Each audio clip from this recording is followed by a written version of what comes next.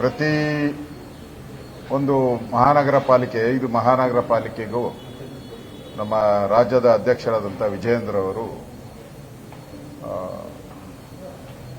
ಮುಖಂಡರ ಪಟ್ಟಿಯನ್ನು ಹಾಕಿದ್ದಾರೆ. ಒಂದೊಂದು ಜಿಬಿಎಗೆ 3-4 ಜನ ಉಸ್ತುವಾರಿಗಳನ್ನು ಹಾಕಿದ್ದಾರೆ. ಅವರ ಸಭೆಯನ್ನು ಇವತ್ತು ಕರೆದಿದ್ದೀರಿ.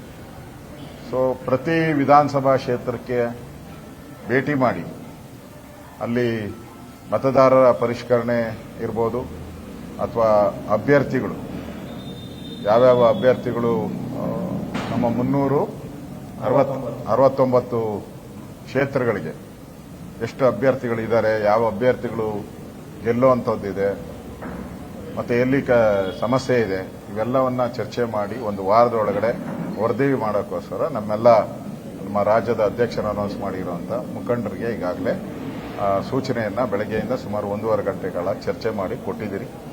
ಜಿಬಿಎ ಎಲೆಕ್ಷನ್ ಕಾಂಗ್ರೆಸ್ ಅವರು ಮಾಡ್ತಾರೋ ಬಿಡ್ತಾರೋ ಗೊತ್ತಿಲ್ಲ, ಆದರೆ ಬಿಜೆಪಿ ಇದರ ಬಗ್ಗೆ ಈಗಾಗಲೇ 4-5 ಸಭೆಗಳನ್ನು ಮಾಡಿದ್ದೀರಿ. ನಮ್ಮ ಇನ್ಚಾರ್ಜು ಕೂಡ ಬಂದೋಗಿದ್ದಾರೆ, ರಾಮ್ ಮಾಧವ್. ಇವತ್ತು ನಾವು ಸಭೆ ಮಾಡಿದ್ದೀರಿ. ನಾವಂತೂ ಚುನಾವಣೆಗೆ ತಯಾರಾಗುವಂತ ಎಲ್ಲ 5ಕ್ಕೆ 5 ಗೆಲ್ಲಬೇಕು ಅನ್ನೋ ದೃಷ್ಟಿಯಲ್ಲಿ ಇಟ್ಕೊಂಡು ತಯಾರಿಗಳನ್ನು ನಾವು ಮಾಡ್ತಾ ಇದ್ದೀರಿ. ನಮ್ಮೆಲ್ಲ ಶಾಸಕರು ಮತ್ತು ಸೋತಿರುವಂಥ MLAಗಳು, ನಮ್ಮ ಲೋಕಸಭಾ ಸದಸ್ಯರು ಪೂರ್ಣ ಮಟ್ಟದಲ್ಲಿ ಇದಕ್ಕೆ ಶ್ರಮ ಹಾಕಿ, ಇದು ಸ್ಥಳೀಯವಾಗಿ ನಮ್ಮ ಲೀಡರ್ಗಳಿಗೆ ಗೆಲ್ಲುವಂಥ ಚುನಾವಣೆ, ಇದು ಕಾರ್ಯಕರ್ತರಿಗೆ ಅವಕಾಶ ಕೊಡುವಂಥ ಚುನಾವಣೆ. ಹೇಗೆ MLA MPಗೆ ನಮ್ಮ ಕಾರ್ಯಕರ್ತರು ಕೆಲಸ ಮಾಡ್ತಾರೋ ಅದೇ ರೀತಿ ನಾವು ಕಾರ್ಯಕರ್ತರ ಚುನಾವಣೆ ಬಂದಾಗ ಅವರ ಜೊತೆ ನಿಲ್ಲಬೇಕು, ಅವರ ಗೆಲುವಿಗೆ ನಾವೆಲ್ಲರೂ ಕೂಡ ಸಹಕಾರಿಯಾಗಿ ನಿಲ್ಲಬೇಕು, ಗೆದ್ದೇ ಗೆಲ್ಲಬೇಕು. ಆ ದೃಷ್ಟಿಯಲ್ಲಿ ಇಟ್ಕೊಂಡು ಇವತ್ತು ಸಭೆಯನ್ನ ಮಾಡಿದ್ರಿ. ಬಹಳ ವಿಸ್ತೃತವಾಗಿ ಚರ್ಚೆ ಆಗಿದೆ. ಕಾಂಗ್ರೆಸ್ಸಿನ ಫೇಲ್ಯೂರ್ಸ್ ಏನಿದೆ, 3 ವರ್ಷದಲ್ಲಿ ಕಾಂಗ್ರೆಸ್ ಸರ್ಕಾರ ಬಂದಾಗ ಏನೇನು ಬೆಂಗಳೂರಿಗೆ ಅನ್ಯಾಯ ಮಾಡಿದ್ದಾರೆ, ದ್ರೋಹ ಬಗೆದಿದ್ದಾರೆ. ಕಳೆದ 3 ವರ್ಷದಲ್ಲಿ ಗಾರ್ಬೇಜ್ ಇರ್ಬೋದು, ಪಾಟೋಲ್ ಇರ್ಬೋದು, ಟ್ಯಾಕ್ಸ್ಗಳ ಏರಿಕೆ ಮಾಡಿರುವಂಥದ್ದು ಇರ್ಬೋದು, ಇವೆಲ್ಲವನ್ನ ಪಟ್ಟಿ ಮಾಡ್ತಾ ಇದ್ದೀರಿ. ಅದಕ್ಕೊಂದು ಸಮಿತಿಯನ್ನ ಮಾಡಿದ್ದೀರಿ ಇವತ್ತು. ಅದೇ ರೀತಿ ಮ್ಯಾನಿಫೆಸ್ಟೋ ಮಾಡುವಂಥದ್ದಕ್ಕೆ ಒಂದು ಸಮಿತಿಯನ್ನ ಮಾಡುವಂಥದ್ದಕ್ಕೆ ನಮ್ಮ ರಾಜ್ಯಾಧ್ಯಕ್ಷರಿಗೆ ನಾನು ಹೆಸರುಗಳನ್ನು ಇವತ್ತು ಮಾತಾಡ್ತೀನಿ. ರಾಜ್ಯಾಧ್ಯಕ್ಷರಿಗೆ ಆ ಹೆಸರುಗಳನ್ನು ರಾಜ್ಯಾಧ್ಯಕ್ಷರು ಅನೌನ್ಸ್ ಮಾಡುವಂಥದ್ದಕ್ಕೆ ಅವರಿಗೆ ನಾನು ವಿನಂತಿಯನ್ನು ನಾನು ಮಾಡೋನಿದ್ದೀನಿ. ಒಟ್ಟಾರೆ ನಮ್ಮ ಕೇಂದ್ರದ ನಾಯಕರು ರಾಮ್ ಮಾಧವ್ ಬರೋದ್ರೊಳಗಡೆ ಒಂದು ಹಂತದ ಚುನಾವಣಾ ತಯಾರಿಗಳನ್ನು ಮಾಡುವಂಥದ್ದು ಇವತ್ತು ಸಭೆಯ ಉದ್ದೇಶ. ಆ ಉದ್ದೇಶದಿಂದ ಇವತ್ತು ನಾವು ಕರೆದಿದ್ದೀವಿ. ಎರಡನೇದು, ಇವತ್ತು BLO ಏನು ಕೇಂದ್ರ ಸರ್ಕಾರ 20 ವರ್ಷಕ್ಕೊಂದ್ಸರಿ ಮಾಡುವಂತ SIR,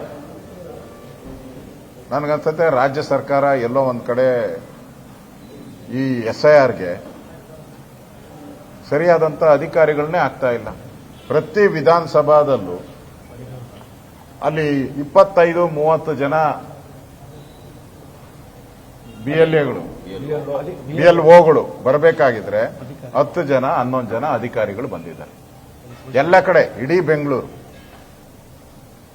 ಎಲ್ಲ ಕಡೆನೂ 30 ಜನ ಬರೋ ಕಡೆ 10 ಜನ 11 ಜನ ಬಂದಿದ್ದಾರೆ.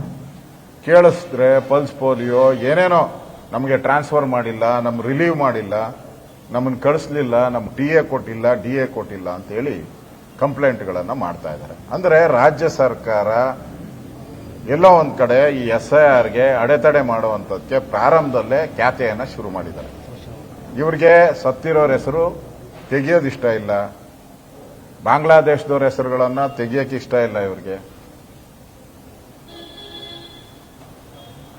ಒಂದು ರೀತಿ ಯಾರು ರಿಯಲ್ ಮತದಾರರಿದ್ದಾರೆ, ಈ ಪ್ರಜಾಪ್ರಭುತ್ವವನ್ನ ರಕ್ಷಣೆ ಮಾಡುವಂತ ಡಾಕ್ಟರ್ ಅಂಬೇಡ್ಕರ್ ಅವರ ಸಂವಿಧಾನವನ್ನ ರಕ್ಷಣೆ ಏನಿದ್ದಾರೆ, ಬ್ಯಾಲೆಟ್ ಪೇಪರ್, ಬ್ಯಾಲೆಟ್ ಬಾಕ್ಸ್, ಅದನ್ನ ಕಾಪಾಡುವಂಥದ್ದು ಈ ವೋಟರ್ಸ್. ಆ ವೋಟರ್ ನಿಜವಾದಂತ ವೋಟರ್ಸ್ ಇರಬೇಕು, ಡೂಪ್ಲಿಕೇಟ್ ವೋಟರ್ಸ್ ಯಾರು ಇರಬಾರದು. ಅದು SIRನ ಮೂಲ ಗುರಿ.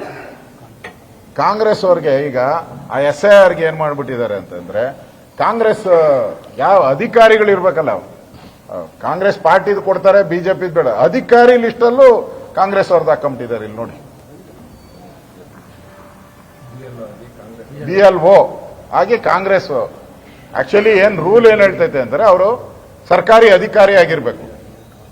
ಸರ್ಕಾರಿ ಅಧಿಕಾರಿ ಆಗಿರ್ಬೇಕು, ಅವ್ರು ಮಾತ್ರ ನೇಮಕ ಮಾಡಬೇಕು. ಇಲ್ಲಿ ಸರ್ಕಾರಿ ಅಧಿಕಾರಿನೇ ಅಲ್ಲ, ಅವನ್ನ ನೇಮಕ ಮಾಡಿದ್ದಾರೆ.